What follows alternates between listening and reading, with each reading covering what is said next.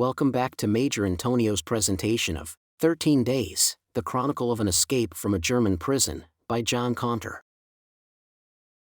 Chapter 12, The Crossing of the River. The river winds about considerably. It was into a canal that we suddenly walked on, turning a corner of a rough track. A bridge lay right before us, with a sentry on it, who must have seen us at the same moment as we saw him.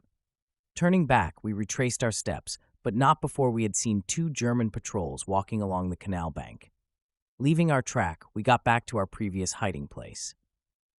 Intending to wait until it was quite dark before attempting to cross the river some distance to the north. Hardly had we got into our bush when a cyclist soldier passed along the track along which we had been walking a minute or two before. This alarmed us somewhat, but we deemed it best to remain hidden till it should be darker. While waiting, we found and finished off our tin of milk and discussed plans in a whisper. We allowed half an hour or so to elapse and then started off again, this time following a track running parallel to the river, northwards.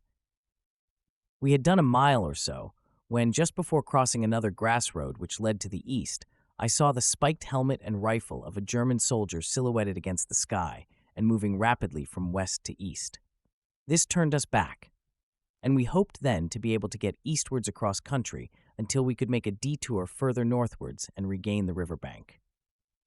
Entering a field, we got halfway across it when 2 horses, taking fright at something, galloped away from the far corner straight towards us. We now lay down and discussed matters. Germans were north of us, east of us, and south of us, we knew, and the river to the west, of course, would be guarded. A quarter of an hour later, a weird cry, something like that of a curlew or peewit, but not exactly either, came to our ears from the northwest near the river.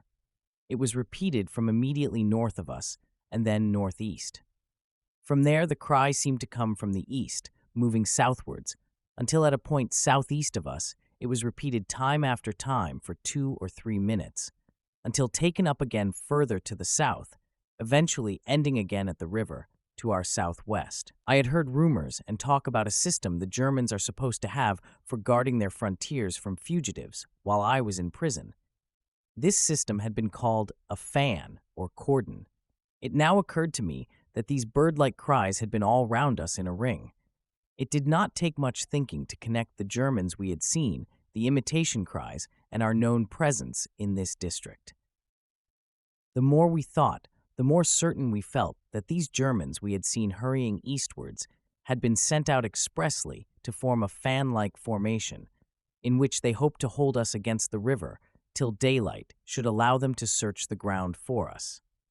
The bird-like calls would be just the thing to indicate to the commander of this formation the exact whereabouts of his men and the continuity of the cordon, without being a suspicious fact to any hapless wretch caught inside, who did not happen to know the real notes of the birds imitated. What was to be done? Should we try and break through the cordon, northwards or eastwards, by striking across country?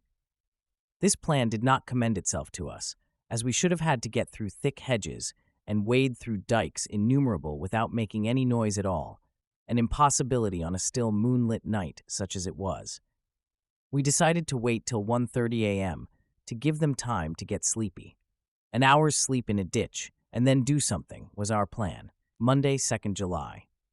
Moving westwards a little, we came to a farm close by and got the idea of hiding somewhere in a hayloft and waiting till the next night, when perhaps no cordon would be round us, before attempting to cross the river. The farm was quite deserted, except for the cattle and horses, etc., which we could hear in the buildings. We tried now to open the doors of the barns and sheds, without avail. They had no locks, but open them we could not. We tried everywhere for a long time without the slightest success. At last, our combined efforts forced a door open, and we got a nasty fright.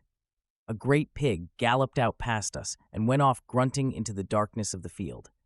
The inside of this building was no good, as it was a piggery and only held bare stalls, nearly all of which were already populated. A cart of the kind used to convey pigs to market next attracted Fox, and he got into it to try it as a hiding place. It was by no means a good place, as, although the cart was an ancient one and the farm people would probably not require it, the possible arrival of dogs with the men who would undoubtedly turn up in the morning to see to the animals in the farm would lead to a nerve-wracking experience, if not to actual capture. While Fox reposed at the bottom of the cart, I searched round for water so as to fill the bottles against our possible stay of 18 hours in the cart. There were 2 pumps in the yard, but both were broken. I could find no water anywhere. The whole farm was a mystery which we never solved. Returning to the pig cart, I was told by Fox that it would never do, as he had already got cramp after only 10 minutes in it. He got out, and we noticed then that it was threatening to become light. Deciding to risk all, we left the farm, making for the river in the hopes of avoiding the Germans. Our marvelous luck again came to the rescue. From the farm ran a narrow path which we had not noticed before. This we took, and after going only a short distance along, it suddenly struck the bank of the river proper, long before we expected to do anything of the kind. This path was so small and unimportant that it must have been overlooked and considered too unimportant to require guarding, as we saw no Germans thereabouts. It did not take us long, now that we were on the bank of the river, to get onto a point of land jutting out into it and taking cover in the long grass and bushes there. The Ems flowed sluggishly at this point and appeared to be about 100 yards across. We had made up our minds to leave all the not absolutely essential articles of clothing, etc., behind us here, and tie the things we must take with us to the tops of our heads and then swim.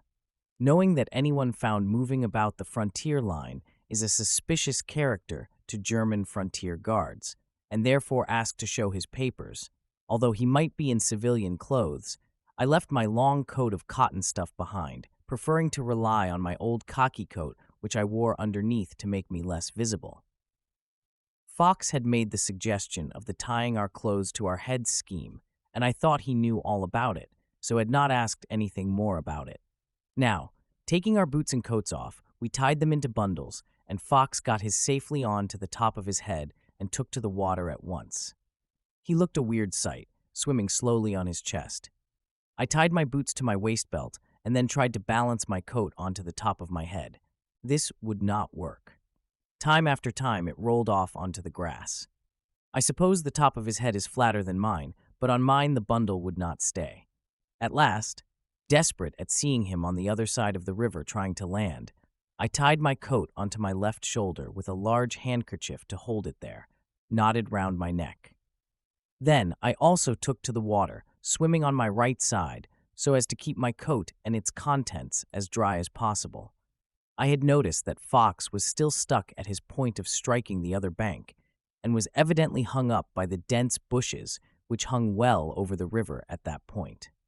This made me strike a little upstream so as to make for a clearer place on the other bank. This I reached and got ashore without difficulty. Fox had found it extremely hard to get out of the river at all. In fact, he had got to the other side to find that he could not get his feet onto solid ground, and had tried to pull himself ashore by clutching at the overhanging branches with his hands.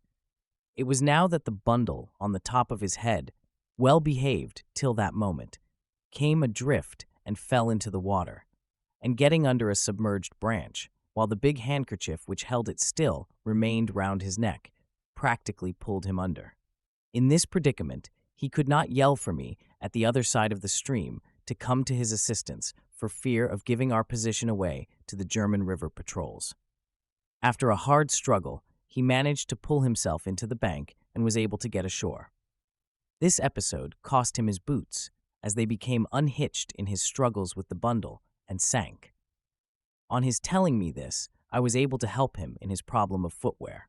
Although leaving all unnecessary kit behind, I had by error put a spare pair of thick woolen socks into the pocket of my khaki coat and was now able to produce them.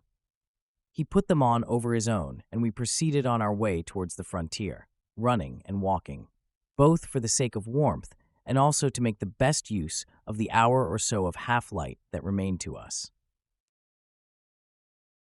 This concludes today's reading of 13 Days, The Chronicle of an Escape from a German Prison, by John Caunter. Join us also the day after tomorrow for the subsequent part. Subscribe to Major Intonio's channel. Thank you for listening, and so long.